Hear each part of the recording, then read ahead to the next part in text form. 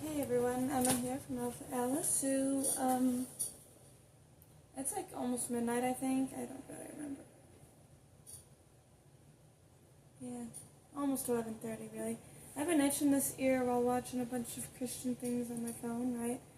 Don't know why I'm itching my ear, but I am. Like, it's not inside, but like just this one little part here. Anyhow, that's important. Okay. So, I just wanted to read Ezekiel 20. It's like, why not make it a video, right? So, yeah, that's what I'm doing. On August 14th, during the 7th year of King Jehoiachin's captivity, some of the leaders of Israel came to request a message from the Lord. They sat down in front of me to wait for his reply. Then this message came to me from the Lord. Son of man, tell the leaders of Israel, this is what the sovereign Lord says. How dare you come to ask me for a message?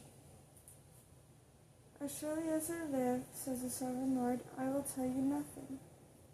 Okay, again, I am reading Ezekiel 20, the rebellion of Israel.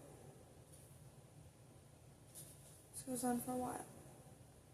And just so you know, I have ADHD. I will be reading things and I have to go over it a few times again. So I'm going to read that quietly to myself real quick.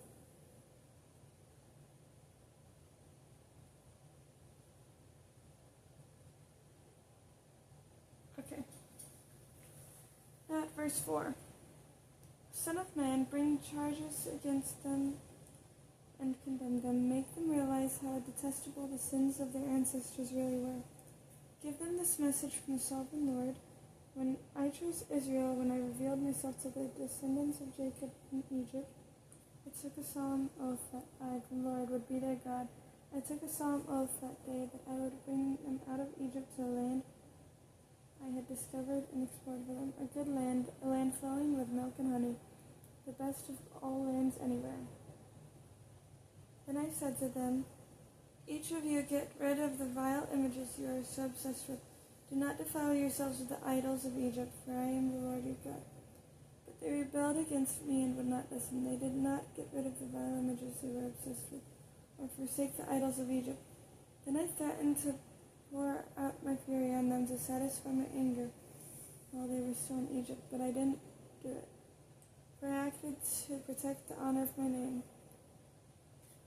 Sorry, I just finished drinking my soda. I would not allow shame to be brought on my name among the surrounding nations who saw me reveal myself. By bringing the Israelites out of Egypt. So I brought them out of Egypt and led them into the wilderness. There I gave them my decrees and regulations so they could find life by keeping them. And I gave them my Sabbath days of rest as a sign between them and me. It was to remind them that I am the Lord, and I set them apart to be holy. But the people of Israel rebelled against me, and they refused to obey my decrees during the wilderness. They wouldn't obey my regulations, even though obedience would have given them life. They also violated my Sabbath days, so I threatened to pour out my fury on them, and I made plans to utterly consume them in the wilderness. But again I held back in order to protect the honor of my name before the nations who had seen my power and bring Israel out of Egypt. I am at verse 15. I am finally getting tired. This is what I needed. But I took a solemn oath against them in the wilderness. I swore I would not bring them into the land I had given them, a land flowing with milk and honey, the most beautiful place on earth. For they had rejected my regulations, refused to follow my decrees, and violated my Sabbath days. Their hearts were given to their idols. Nevertheless, I took pity on them and held back from destroying them in the wilderness. Then I warned their children not to follow in their parents' footsteps, defiling themselves with their idols. I am the Lord your God, I told them. Follow my decrees, pay attention to my regulations, and keep my Sabbath days holy, for they are a sign to remind you that I am the Lord your God.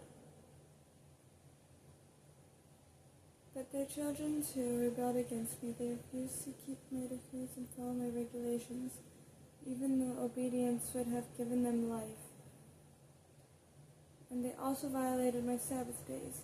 So again I threatened to pour out my fury on them in the wilderness. Nevertheless, I withdrew my judgment against them to protect the honor of my name before the nations that had seen my power and bring them out of Egypt. But I took a solemn oath against them in the wilderness. I swore I would scatter them among all the nations, because they did not obey my regulations. They scorned my decrees by violating my Sabbath days and longing for the idols of their ancestors. I gave them over to worthless decrees and regulations that would not lead to life. I let them pollute themselves with the very gifts I had given them, and I allowed them to give their firstborn children as offerings to their gods, so I might devastate them and remind them that I alone am the Lord. Oh goodness. Before I continue to judgment and restoration in verse 27, I don't know how anyone can never hurt children.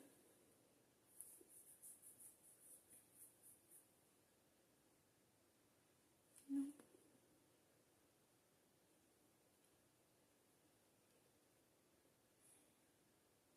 Or other people in general, no matter how upset someone gets even.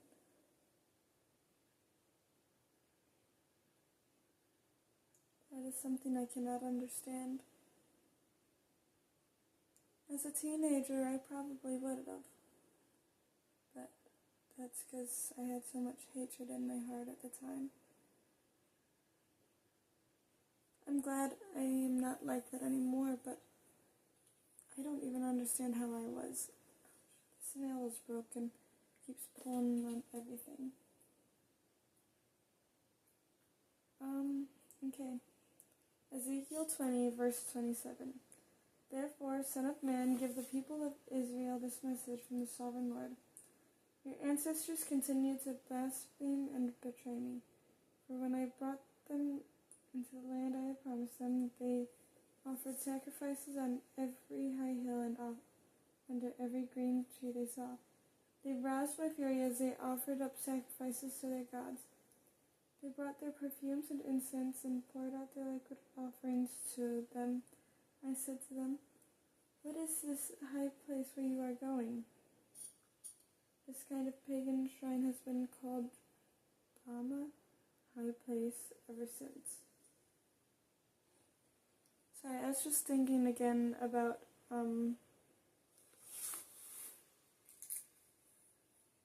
verse 23, scattering them among the nations. It made me think of things like the Holocaust and such, stuff like that, like how they weren't in Israel anymore, they were like all over, kind of. You know what I'm saying? It's okay. Now where was I? Okay. I am at verse 30. Therefore, give the people of Israel this message from the Sovereign Lord. Do you plan to pollute yourselves just as your ancestors did? Do you intend to keep prostituting yourselves by worshipping vile images? For when you offer gifts to them and give your little children to be burned as sacrifices, you continue to pollute yourselves with idols to this day. Should I allow you to ask for a message from me? O people of Israel, as surely as I live, says the Sovereign Lord, I will tell you nothing. You say, we want to be like the nations all around us, who serve idols of wood and stone. But what you have in mind will never happen. As surely as I live, says the Sovereign Lord, I will rule over you with an iron fist in great anger and with awesome power. And in anger I will reach out with my strong hand and powerful arm, and I will bring you back from the lands where you were scattered. I will bring you into the wilderness of the nations, and there I will judge you face to face. I will judge you there just as I did your ancestors in the wilderness after bringing them out of Egypt, says the sovereign Lord. I will examine you carefully and hold you to the terms of the covenant. I will purge you of all those who rebel and revolt against me. I will bring them out of the countries where they are in exile, but they will never enter the land of Israel. Then you will know that I am the Lord. Oh, wow. Knowing what I know, it does make sense.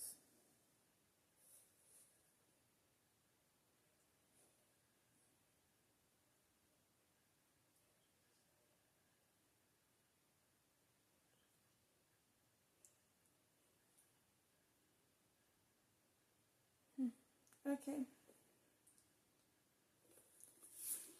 What are your thoughts so far? Sorry, I'm itching my ear again.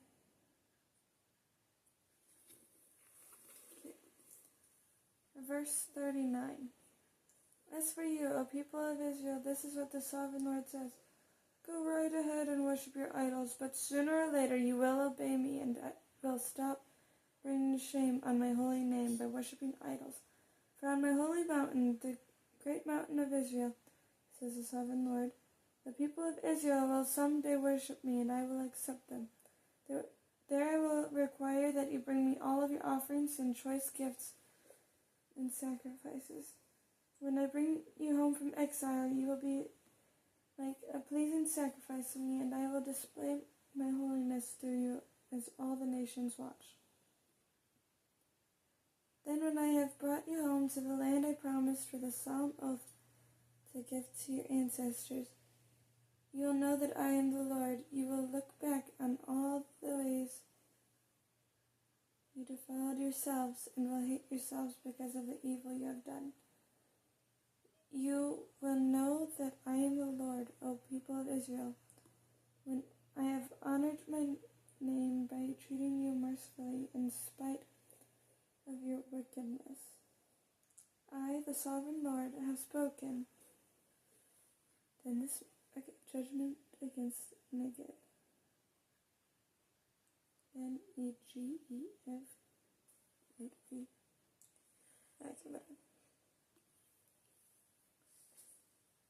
How is that supposed to be pronounced? Okay, verse 45. Then this message came to me from the Lord. Son of man, turn and face the south, and speak out against it. Prophesy against the brushlands of the Neged. Tell the southern wilderness, this is what the sovereign Lord says. Hear the word of the Lord. I will set you on fire, and every tree, both green and dry, will be burned. The terrible flames will not be quenched and will scorch everything from south to north, and everyone in the world will see that I, the Lord, have set this fire. It will not be put out. Then I said, O sovereign Lord, they are saying of me, he only talks in riddles. Okay, that's Ezekiel 20 tonight, so love you all. Good night. I'll pray us out quick. Dear Jesus, thank you for this day. Thank you for this evening, God. Thank you for another opportunity to spend time with you. Thank you for bringing us together, whether it's online or in person. God, thank you for everything. Praise your holy name. In Jesus' name. Amen. Okay, good night, everybody.